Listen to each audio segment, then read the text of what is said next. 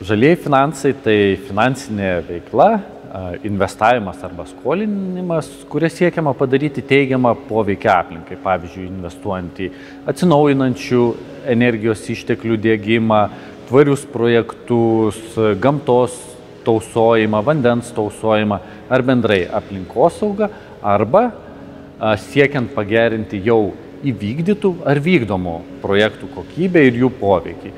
Ir žalieji finansai apima keletą sričių. Tai gali būti naujų technologijų, naujų saulės elektrinių diegimas, taip pat investicijos į tvarius pastatus ar tvarų būstą, į tvarų transportą arba investicijos siekiant pagerinti jau įvykdytų projektų kokybę, pavyzdžiui, renovacija, kuria siekiama pagerinti jau pastatytų būstų energetinį efektyvumą.